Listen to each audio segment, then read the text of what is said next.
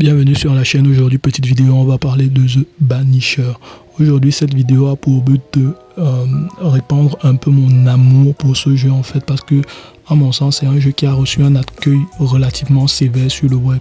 Oui, car oui, j'ai regardé beaucoup de critiques, FR et même US du jeu, et puis les gens étaient relativement sévères avec le jeu, alors que moi je trouve que c'est une bonne production. C'est peut-être parce que le style de jeu me parle déjà, parce que c'est un solo narratif, donc voilà, c'est mon style de jeu comme vous le savez pour ceux qui sont habitués à la chaîne. Mais je voulais aussi profiter de cette vidéo pour annoncer mon retour sur YouTube, car oui, ceux qui suivent la chaîne depuis longtemps, ils le savent déjà. Bon, ça fait un bout de temps que je suis plus productif, donc voilà. Je voulais en profiter pour annoncer mon retour et pourquoi pas annoncer une ligne directrice pour les vidéos à venir. Donc car oui, je vais essayer d'être plus productif, donc voilà. Machel, si tu écoutes ce voice, tu écoutes cette vidéo, bah sache que ton message n'est pas tombé dans l'oreille d'un sourd, donc voilà. Pourquoi je vais parler de The Banisher? The Banisher, comme je vous ai dit, je trouve que c'est un jeu qui a reçu un accueil somme toute assez sévère. Quand vous comparez l'accueil que The Banisher a reçu à celui de Starfield. Vous savez, Starfield, l'exclusivité Microsoft qui était censé tout révolutionner là, que tout le monde attendait comme si c'était, je sais pas moi, Elder Scrolls 6 ou je sais pas moi, l'autre arlésienne là, j'ai oublié son nom. De toute façon, ça en vaut pas la peine, donc voilà. Quoi qu'il en soit, Starfield a reçu un accueil beaucoup trop chaleureux par rapport à ce qu'il proposait, que ce soit dans son contenu, dans son gameplay ou même graphiquement, parce que même graphiquement, je vous jure, Starfield, c'est pas ouf. Donc arrêtez avec ça. Vous pouvez être fan de Bethesda, mais vous ne pouvez pas dire que Starfield c'est de la bonne cam. Starfield c'est pas de la bonne cam. Ouais, c'est un bon jeu. C'est un jeu juste passable en fait. C'est un jeu juste passable. Ouais, juste parce qu'il fonctionne en fait. Donc voilà. Je vais fermer la parenthèse de Starfield tout de suite. Et puis je vais directement essayer de suivre le conducteur que je me suis imposé. Donc c'est-à-dire vous parlez un peu des annonces liées à mon retour. Donc voilà. Ok, pour mon retour sur YouTube, j'ai prévu de poster une vidéo chaque jour jusqu'à la fin d'année.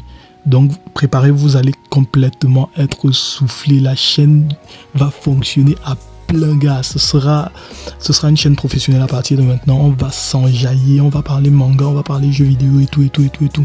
Ce sera la folie. Non mais sérieux les gars, vous êtes fous quoi. Je suis pas payé pour ça et en plus c'est trop prise de tête pour rien.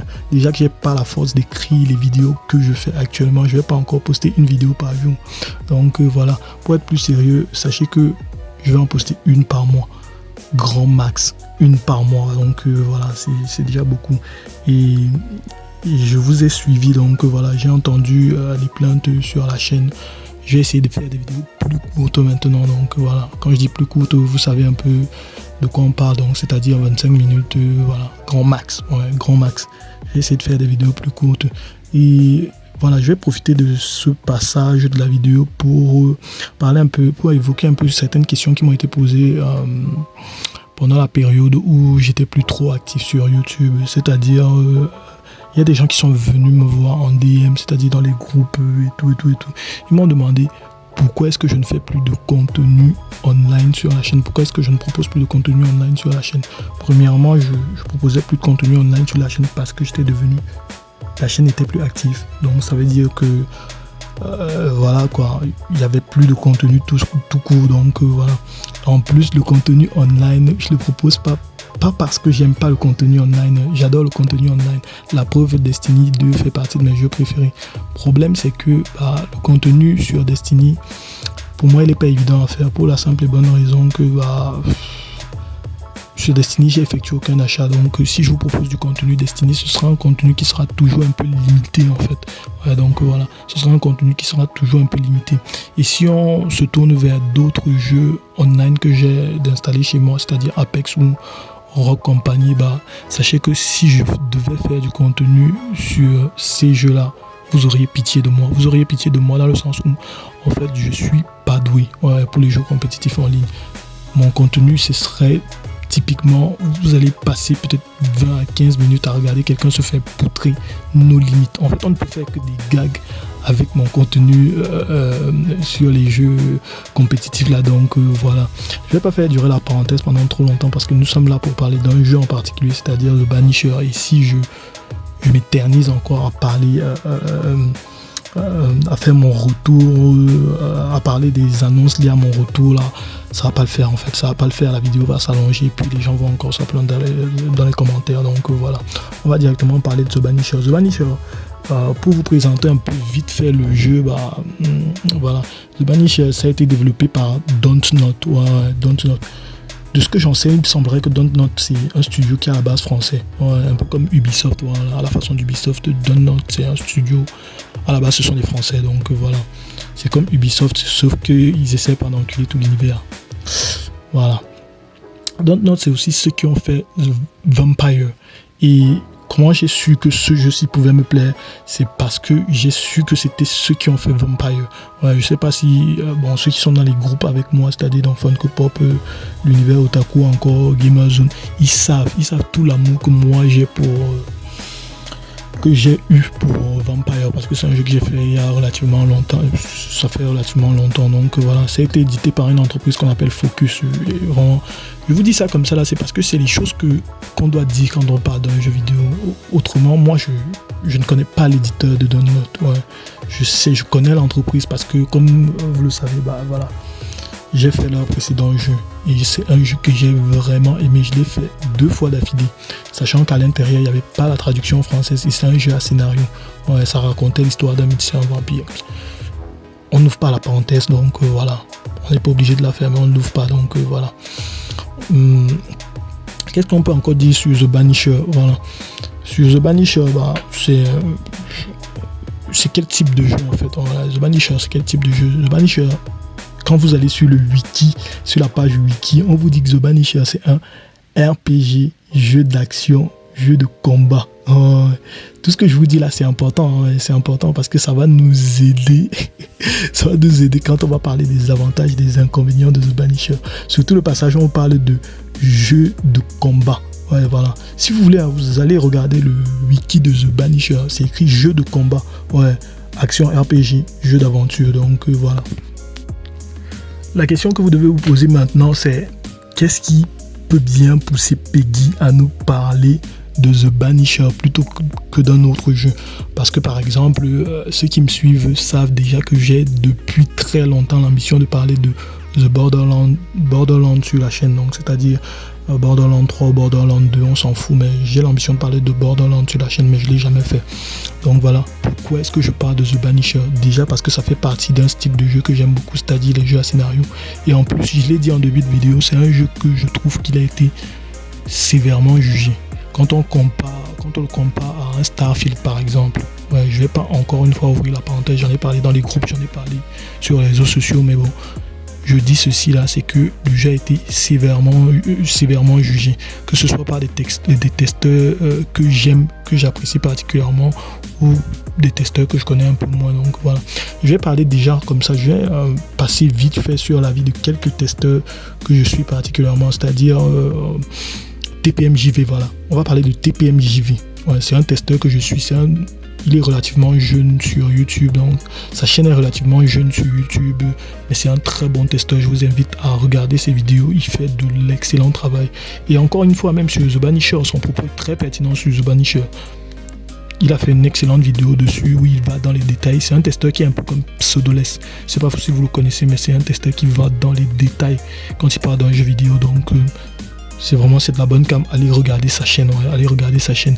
Du côté de chez TPMJV, il lui a reproché son propos qui était un peu, vous savez, les occidentaux, ils ont un mot qu'ils utilisent, woke, voilà.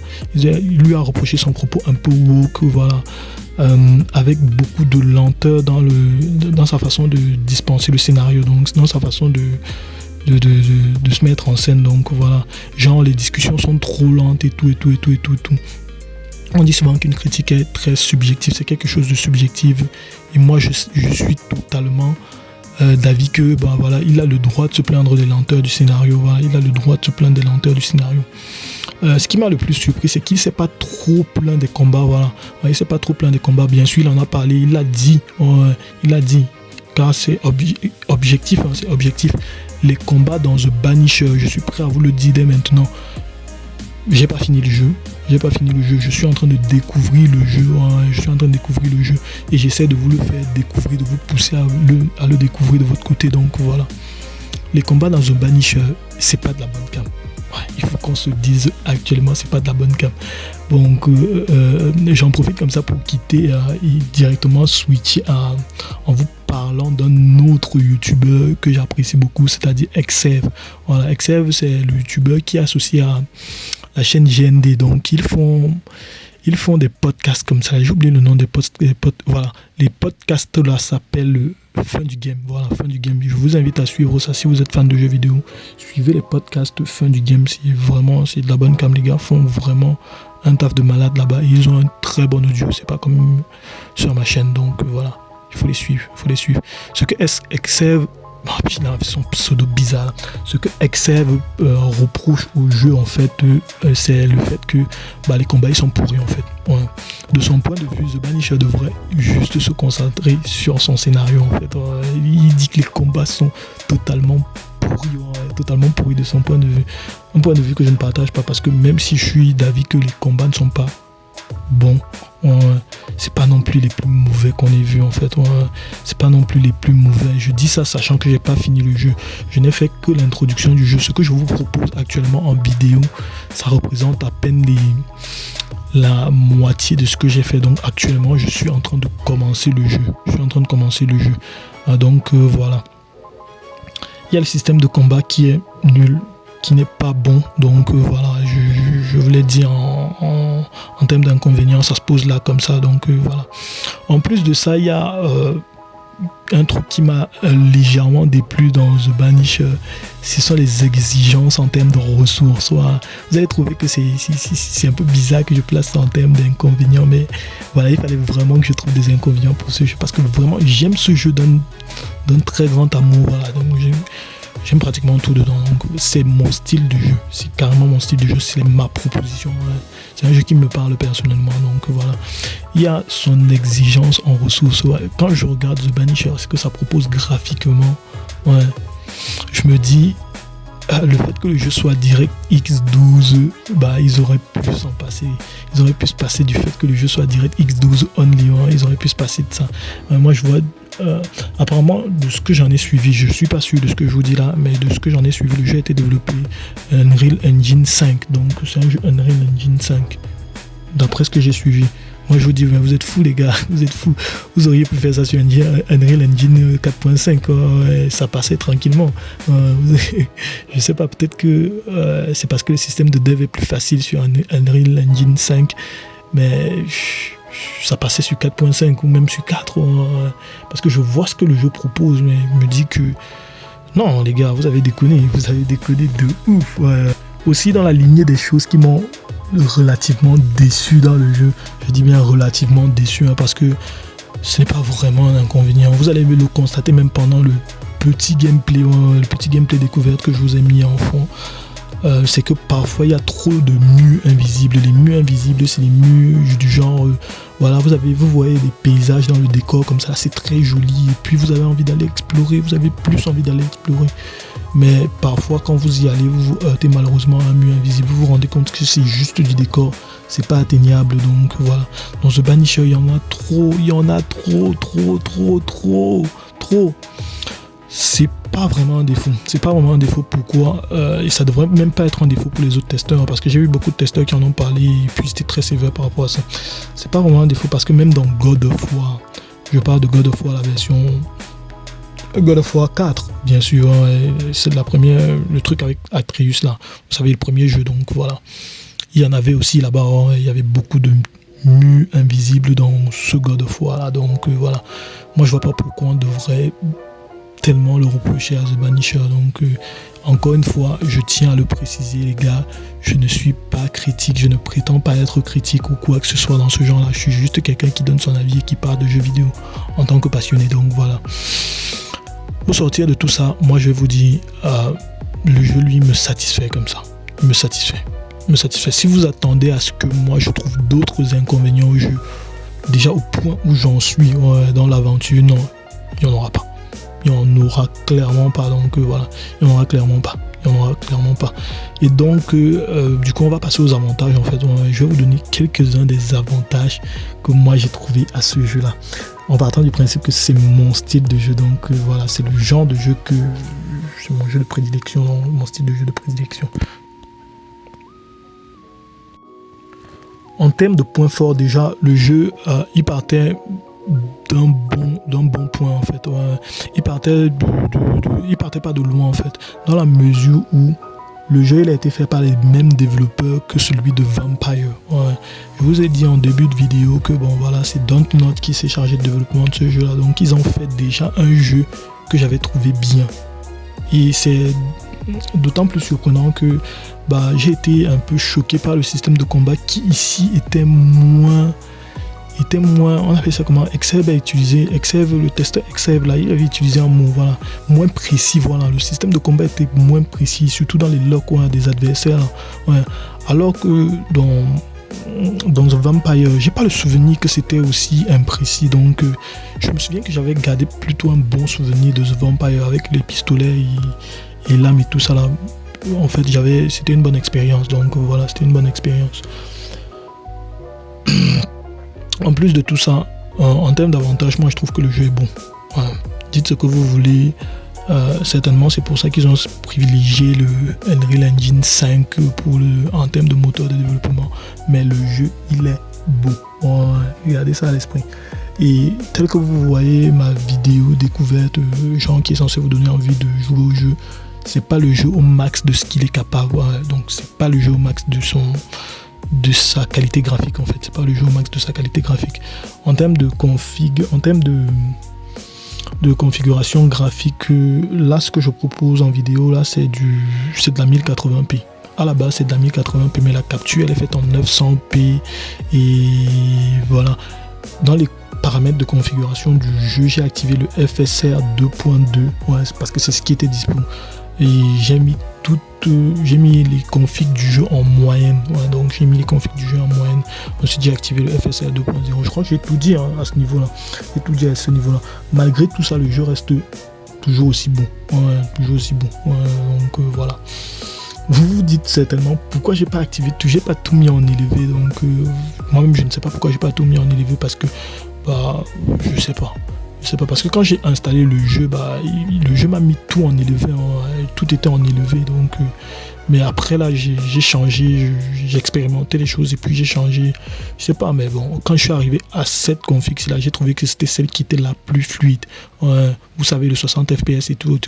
C'était celle qui me mettait la mieux quand je jouais. Donc voilà.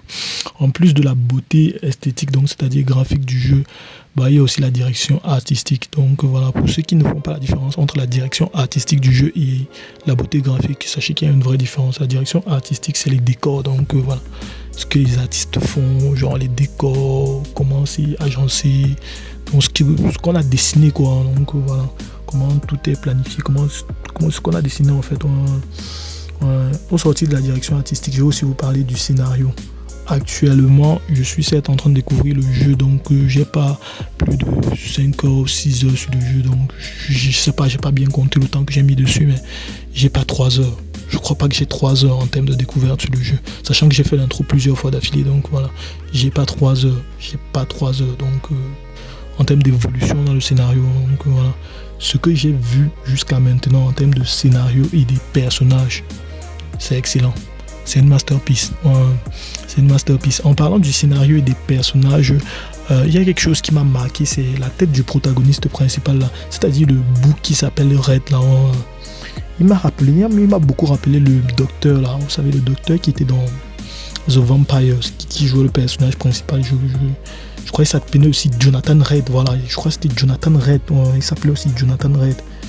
Je ne me souviens plus, mais je crois qu'il avait un nom. Dans son nom, il devait avoir le mot Red. Je sais pas ce qu'ils ont avec les Reds, mais voilà quoi. Bon, l'autre, Jonathan Red, on pouvait encore comprendre pourquoi il s'appelait Red, parce que la transformation en vampire et tout ça. Mais lui, bon, je sais pas trop, mais lui aussi il s'appelle quelque chose Red. Il s'appelle Red. Et j'ai envie de dire quelque chose en termes de chara design et tout. C'est du poulet. Comme les gens disent dans la JJK Fanbase, c'est du poulet en fait. Les personnages, ils sont très bien modélisés. J'aime beaucoup leur façon d'interagir, que ce soit Red, que ce soit ça. Et au point où j'en suis, je dirais plutôt sa collègue, slash partenaire, slash compagne. Donc voilà, j'ai envie de vous faire découvrir le jeu, mais j'ai pas aussi envie de vous spoiler. Quoique ceux qui vont regarder la vidéo sauront, donc voilà. De toute façon, il n'y a aucun spoil dans la vidéo puisque tout ça ne constitue que l'intrigue, que le synopsis. Voilà. Ce que je vous ai mis en vidéo, c'est juste le synopsis. Donc voilà, vous n'avez pas à avoir peur, vous pouvez regarder la vidéo complète tranquillement. Bon, en plus de ça, qu'est-ce qui est bien dans ce jeu, hein? Qu'est-ce qui est bien dans ce jeu? C'est surtout l'interaction entre les personnages. Comme je vous ai dit encore dès le début, ce que moi j'apprécie vraiment dans les solos narratifs de ce genre-ci là, c'est les échanges entre les personnages, c'est le scénario, c'est l'histoire. Vous allez vous dire, mais Peggy, pourquoi tu peux pas juste regarder un bon film? Non. Le caractère interactif du jeu vidéo, ça me plaît aussi, ouais, ça me plaît aussi. Et j'aime quand tout ça là s'emboîte normalement pour nous proposer des expériences comme celle-ci là et comme celle de God of War.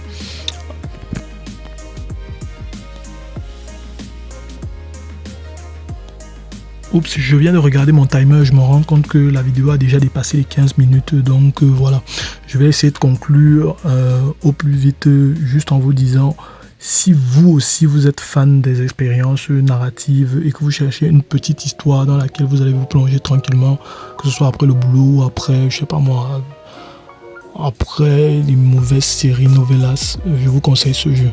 Sincèrement, je vous conseille ce jeu. Donc voilà, si vous avez une machine qui peut faire tourner le jeu, ou si vous avez une PlayStation 5 ou je sais pas moi, peut-être une PlayStation 4, j'ai même pas énuméré toutes les configs sur lesquelles le jeu est sorti. Vraiment, je sais pas. Tout ce que je sais, c'est que le jeu est sorti sur PlayStation 4, non, sur PlayStation 5, sur Series X et sur PC. Ouais, là c'est ce qu'on appelle les valeurs sûres. Ouais, sur Switch, je ne crois pas. Il faut être un dieu de l'opti pour sortir un jeu sur Switch. Donc voilà, tout le monde est passé des projets avec The Witcher 3. Donc la balle est passée.